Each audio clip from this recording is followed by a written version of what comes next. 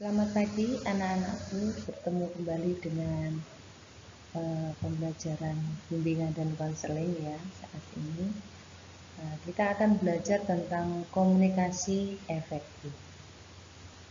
Nah, tujuannya apa sih kita belajar komunikasi efektif itu? Tujuannya adalah dapat mengetahui pentingnya komunikasi untuk menyampaikan pesan, ide atau gagasan dalam hidup bermasyarakat. Di sini persepsinya, manusia adalah makhluk sosial yang membutuhkan makhluk lain dalam kehidupannya. Komunikasi sangat penting untuk kelangsungan hidup karena komunikasi sebagai suatu proses penyampaian ide atau pesan atau gagasan dari satu pihak ke pihak lain agar terjadi saling mempengaruhi di antara keduanya. Untuk menyampaikan ide atau sesuatu dengan sebaik-baiknya, maka kita tidak bisa lagi memandang remeh masalah komunikasi dalam kehidupan kita sehari-hari. Sebab, sebrilian apapun ide atau gagasan yang kita miliki, tetap saja ia tidak akan bermakna apa-apa. Apalagi si pemilik ide tidak dapat menyampaikannya dengan baik kepada objek yang kita tuju. Dalam hal ini manusia.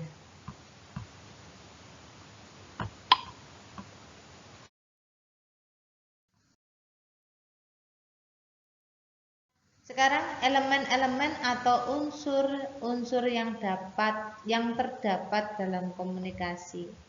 Yang pertama adalah komunikator. Komunikator itu siapa? Komunikator adalah orang yang menyampaikan pesan. Yang kedua adalah adanya pesan. Pesan itu sendiri adalah ide atau informasi yang disampaikan.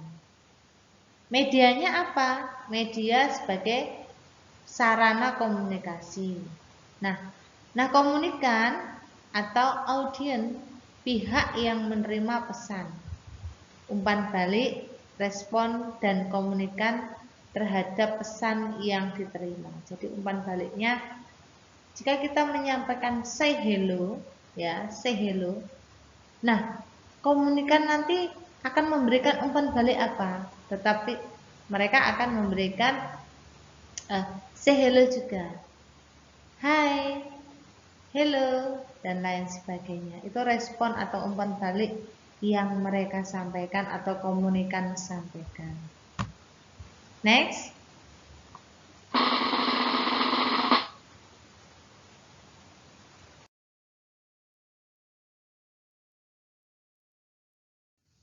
Nah, fungsi komunikasi yaitu membangun konsep diri atau establishing self concept. Yang kedua yaitu eksistensi diri atau self existence. Yang ketiga, kelangsungan hidup atau life continue. Yang keempat, memperoleh kebahagiaan, obtaining happiness. Yang kelima, terhindar dari tekanan dan ketegangan, free from pressure and stress. Nah, hal-hal yang perlu diperhatikan dalam berkomunikasi. Pertama adalah kontak mata. Mata dilihat. Oh, ya, ada respon enggak matanya? Dia mengarah ke kita atau tidak matanya? Nah, itu. Ekspresi wajah. Murung, cemberut, marah itu kalian harus bisa membedakan. Oh, kalau dia cemberut, ya, dia cemberut berarti dia sedang marah. Tapi kalau dia senyum-senyum, berarti dia bahagia. Sedangkan postur tubuh atau gerak tubuh bisa dilihat ya. Jadi dia mungkin begini. Dia sedang melamun. Mungkin begini. Dia sedang berpikir. Nah, itu postur atau gerak tubuh kita. Yang keempat yaitu berbusana. Jadi kalau kamu mau tidur, berbusananya pakai baju kerja, berarti oh pasti dia akan bertanya orang yang ada di dekat kita, mau kemana? Mau tidur atau mau kerja? Nah, berarti kalau kamu memakai pakaian tidur, berarti kamu akan tidur. Itu sudah menunjukkan komunikasi. Oh, si mama mau tidur karena dia memakai baju tidur. Kalau melihat bapaknya memakai sarung dan peci, apa yang ingin disampaikan? Padahal bapaknya nggak berkata apa-apa. Pasti kamu akan tahu bahwa bapakmu akan pergi ke musola untuk sholat. Nah itu sebagai hal-hal yang perlu diperhatikan dalam berkomunikasi ya. Jadi kalian sudah mengerti, oh responnya saya mengerti. Bapak mau kemana, ibu mau apa, dan lain sebagainya.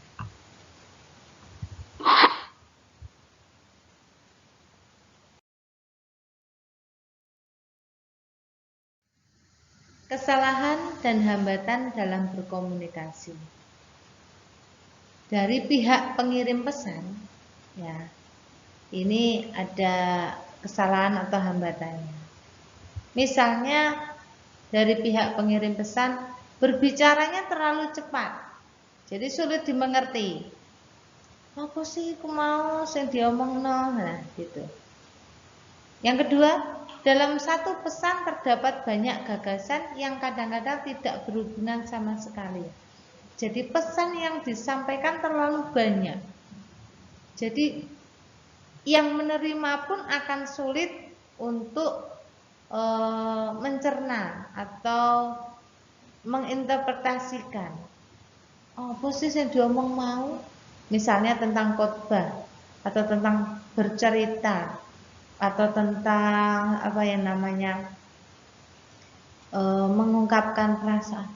Yang diceritakan terlalu banyak misalnya, maka dia akan bingung.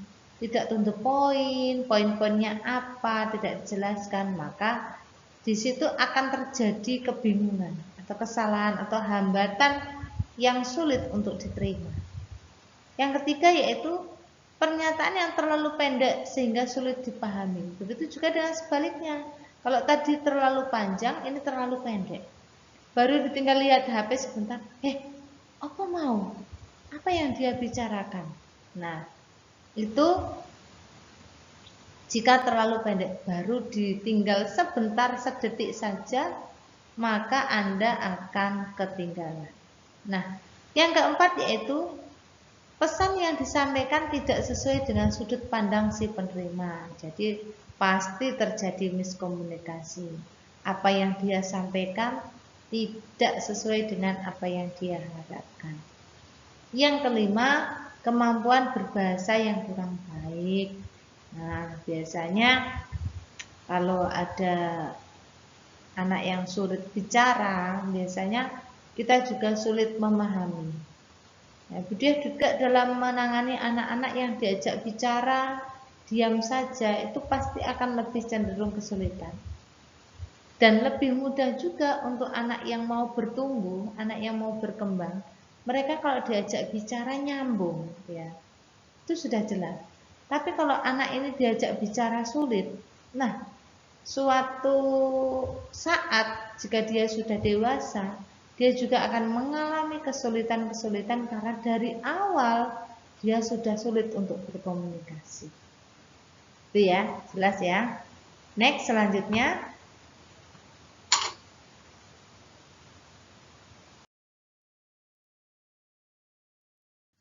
Nah, di sini kesalahan atau kesulitan atau hambatan dari pihak penerima pesan. Yang pertama, tidak memerhatikan pesan yang disampaikan oleh pengirim pesan. Nah, pasti akan terjadi miskomunikasi ya, dia tidak mendengarkan. Kalau kamu sedang bermain HP, dipanggil-panggil, ya, ya, pasti kamu apa tadi ya? Pasti akan kebingungan. Disuruh nyapu, akhirnya dia mencuci piring karena terjadi kesalahan. Nah, yang kedua, sudah merumuskan jawaban sebelum mendengarkan semua pesan yang hendak disampaikan oleh pengirim pesan. Nah, biasanya orang ini terlalu abai. Jadi ada orang yang menyampaikan pesan, orang ceramah, dia alah paling intinya sampai sini. Jadi dia sudah merumuskan sendiri. Alah paling intinya itu kita disuruh berbuat baik, kita disuruh berdoa, kita disuruh beribadah dan lain sebagainya. Jadi dia mengabaikan pesan itu. Yang ketiga, terlalu memperhatikan detail-detail seperti kata, intonasi dan sebagainya, bukan mendengarkan pesannya secara keseluruhan. Nah, ini sering juga terjadi. Jadi ada orang berbicara, mungkin Budia sedang berbicara, dia mengkritiki atau mengkritisi Budia. Budia itu loh bicaranya ada yang kurang, ya, kurang R misalnya. Oh, Budia itu loh kurang apalah, pokoknya dia suaranya kurang keras Bu, nah dan lain sebagainya. Ulangi lagi Bu, maka harus mengulang 2 kali. Nah itu. Yang keempat, memberikan penilaian benar atau salah sebelum memahami sepenuhnya pesan yang disampaikan. Nah seperti tadi ya, jadi dia punya interpretasi atau praduga dulu. Sebelum pesan itu sampai kepada orangnya, dia sudah menduga-duga, oh pesannya akan seperti ini. Tetapi biasanya itu salah. Banyak sekali di film-film mesti bariki ya. Terkadang kita sudah menebak-nebak demikian, tetapi pada kenyataannya tidak seperti yang kita duga. Yang kelima yaitu bukan pendengar yang baik. Ya, orang yang mendengar dengan mendengarkan itu beda. Ya, mendengar itu hanya kamu dengar kabar enggak? Oh iya dengar. Oh paling hanya itu. Tetapi orang yang mau mendengarkan, oh begitu ya ceritanya. Itu terjadi saat ini, saat musim hujan. Ya, jadi mendengar dengan mendengarkan itu seperti halnya pendek dan panjang. Ya, jadi mendengar tuh hanya sebentar-sebentar atau sekilas-sekilas, tetapi mendengarkan itu memperhatikan dengan penuh seksama. Gitu.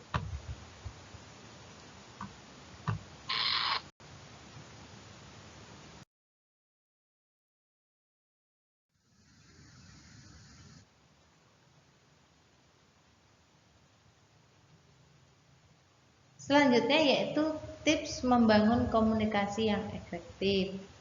Yang pertama adalah gunakan kalimat seefektif mungkin ya. Biasa saja tapi orangnya memahami maksud dan pesan kita. Yang kedua, jangan mengungkapkan pengulangan atau ide pokok bahasan. Jadi gak usah diulang-ulang lah kalau itu sudah bagus, sudah efektif dan efisien. Orangnya juga sudah memahami. Yang ketiga, jangan berbicara terlalu lambat. Nah, jika kita berbicara terlalu lambat, maka orang, waduh kok suwe men sih, saya diomongno. Paling gak tutuke kan. Dia langsung menginterpretasikan, dia langsung menduga, dia langsung emosi ya karena penyampai pesan terlalu lambat misalnya. Yang keempat, hindari gumaman yang terlalu sering ya. Kalian juga biasanya menggumam ya. Menggumam itu menggerutu ya. Jadi disuruh orang tuanya, "Dek ambilkan ini, dek ambilkan itu, dek cuci ini, dek cuci itu." Nah biasanya ya. Itulah. Nah, orang yang sering seperti itu biasanya dia tidak akan pernah mendengarkan orang lain. Ya, itu diperhatikan dengan baik. Yang kelima, hindari humor yang tidak perlu. Pernah dengar pepatah tong kosong berbunyi nyaring? Ya. Itu mengibaratkan orang yang banyak bicara tetapi pekerjaannya hanya sedikit. Hasilnya sedikit. Percaya sama itu. Orang yang pendiam Kan ada pepatah juga, diam itu emas. Bukan berarti kalau kamu diam terus banyak emasnya, tidak. Dalam arti begini, orang itu harus berpikir, ya, apa yang dipikirkan itu dilakukan.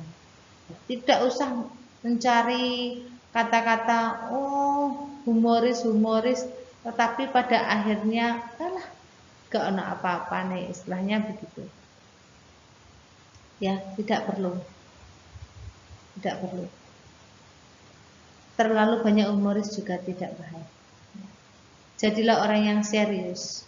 Bukan berarti tidak bisa humoris, bisa. Tetapi tempatkan posisi dengan baik. Di mana harus bercanda, di mana harus serius.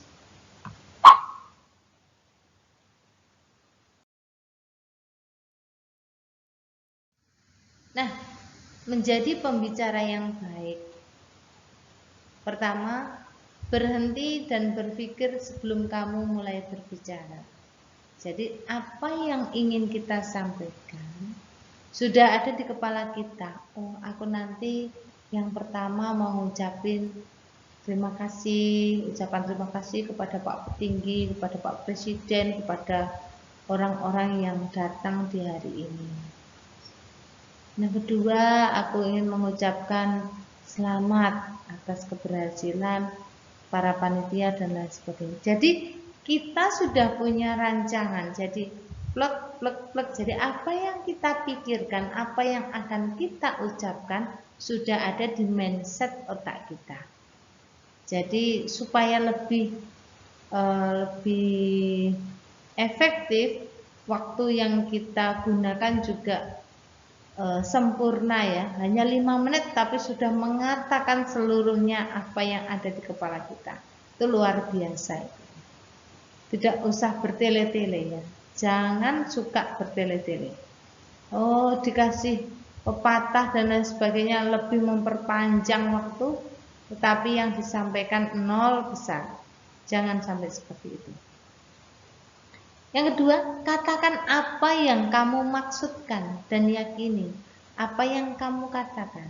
Jadi katakan apa yang ada di pikiranmu, sampaikan itu. Ya, nggak usah takut-takut, sampaikan itu. Dan yakini apa yang kamu katakan. Jadi kalau kamu sudah mengatakan, kamu sendiri jangan ragu. Ya. Oh, memang saya mengatakan itu. Ya. Jirine kue kondong ini ya, iya. Ya, nggak usah takut. Saya memang mengatakan itu. Kenapa? Apa yang saya katakan salah? Nah, jadi kamu harus meyakini bahwa apa yang kamu ucapkan itu benar. Yang ketiga, hati-hatilah terhadap bahasa yang kamu pakai. Ya, orang bilang mengatakan bahwa mulutmu harimau. Jadi kalau kamu berkata yang jelek, maka akan kamu dapatkan ucapan-ucapan yang juga jelek kepada kamu. Karena orang menabur itu menuai. Apa yang kita ucapkan pasti suatu saat ucapan itu akan kembali kepada kita. Ya kan? Makanya harus hati-hati di sini. Yang keempat, menggunakan pesan aku untuk menyampaikan keinginan, kebutuhan dan perasaan. Ya, jadi saya itu kepengen begini loh. Ide saya begini loh. Pikiran saya berpikir supaya ini berhasil dan kita memperoleh tujuan bersama, misalnya suatu rapat organisasi ya. Nah, itu contoh-contoh. Yang kelima, kalau kamu merasa maksudmu tidak tertangkap dengan baik, cobalah untuk mengulangi apa yang kamu maksudkan dengan kata-kata sederhana dan suara yang lembut. Jadi biasanya kalau kita pesan kita belum dimengerti oleh orang lain, maka carilah kata-kata yang sesuai dengan apa yang dia tahu.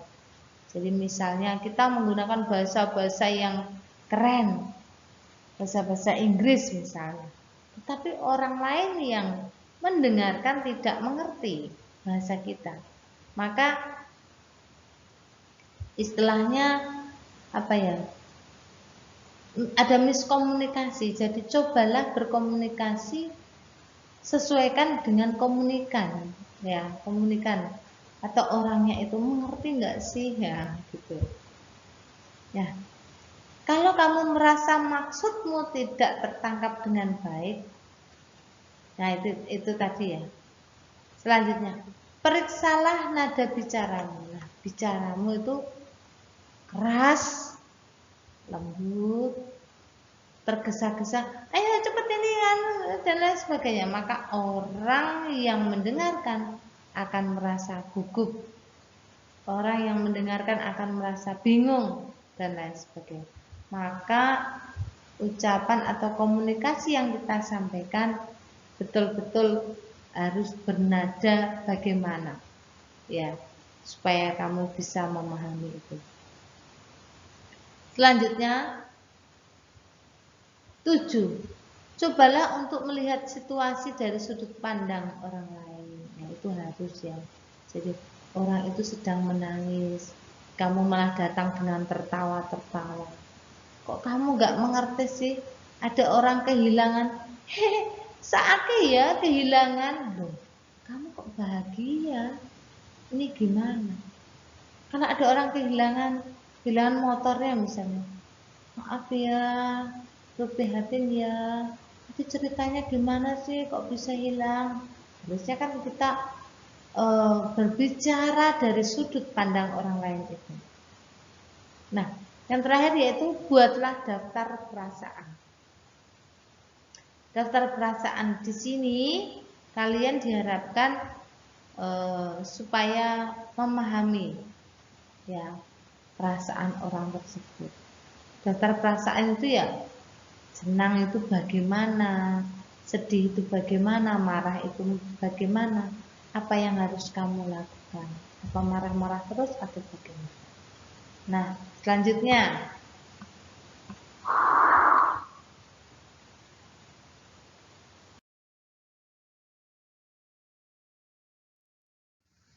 menjadi pendengar aktif.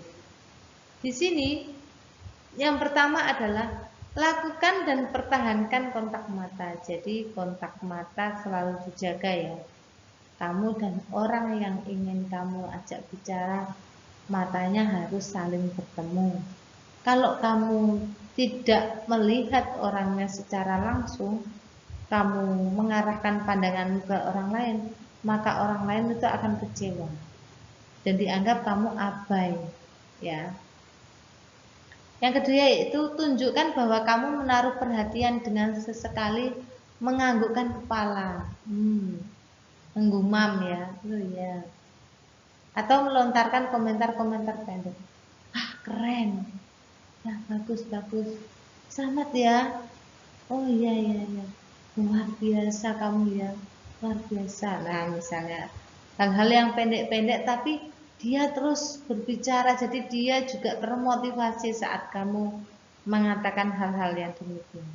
Yang ketiga, tanyakan kejelasannya kalau orang lain mengatakan sesuatu yang tidak mengerti. Jadi dikonfirmasi ulang. Bu, tadi maksudnya materi ini bagaimana sih, Bu?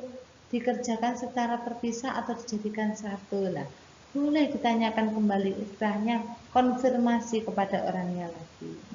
Enggak apa-apa. Yang keempat, sesekali ulangi perkataan orang lain. Jadi apa yang disampaikan oleh orang lain itu sesekali kamu ucapkan lagi atau ungkapkan lagi. Misalnya ada disuruh memperhatikan. Bapak Ibu, jika Bapak Ibu pergi ke luar rumah, maka Bapak Ibu harus menggunakan masker. Nah, itu diulangi lagi. Kalau ada orang yang mau keluar, Bapak Ibu, ya, jadi kita ulangi lagi. Kita harus menggunakan masker kalau mau keluar. Jadi akan terus teringat. Selanjutnya yaitu sesekali ungkapkan komentar pendek tentang perasaan orang lain. Ungkapkan komentarmu. Aduh, kasihan sekali ya kamu ya. Misalnya kamu sendirian dan lain sebagainya.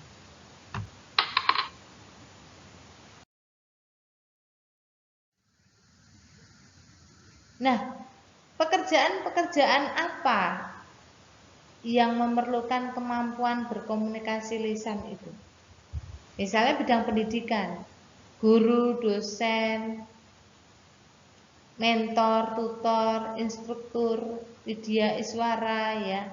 Jadi mereka itu memang orang-orang yang dipakai untuk menjadi tutor atau mentor kita. Jadi mereka menggunakan bahasa atau komunikasi yang efektif, baik dan efisien. Misalnya di bidang hukum, sebagai pengacara, hakim dan jaksa, yang mereka ungkapkan apa? Entah itu pembelaan, entah itu tuntutan, semua dilakukan dengan komunikasi. Dalam bidang seni, pembaca puisi, penyanyi, dia harus menggunakan kata-kata yang tepat, kata-kata yang baik, ya, pelafalan kata, huruf dan angka misalnya, itu harus baik semua. Yang keempat yaitu dalang atau pelawak, ya.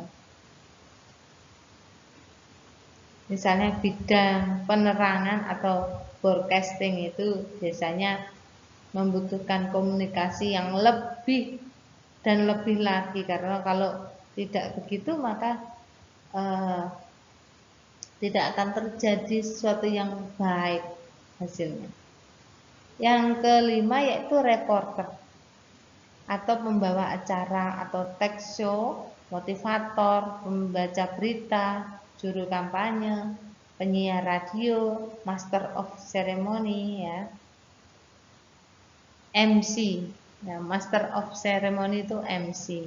Bisa menggunakan kata-kata yang bagus ya. Selamat datang Bapak Ibu semuanya dalam acara pernikahan saudara. Nah, misalnya seperti itu.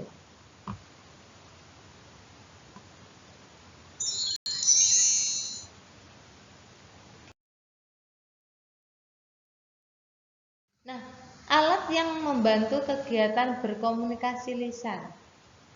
Biasanya ada radio, televisi, handphone atau telepon, intercom, walkie-talkie ya. Walkie-talkie ya. Walkie-talkie ya. Biasanya ada berbicara lewat internet itu ya. Handed talk itu yang pakai tangan itu ya. Sound system. Nah, itu yang bisa Ibu sampaikan melalui materi ini, dan terima kasih karena kalian memperhatikan. Ya, terima kasih. Sampai di sini dulu.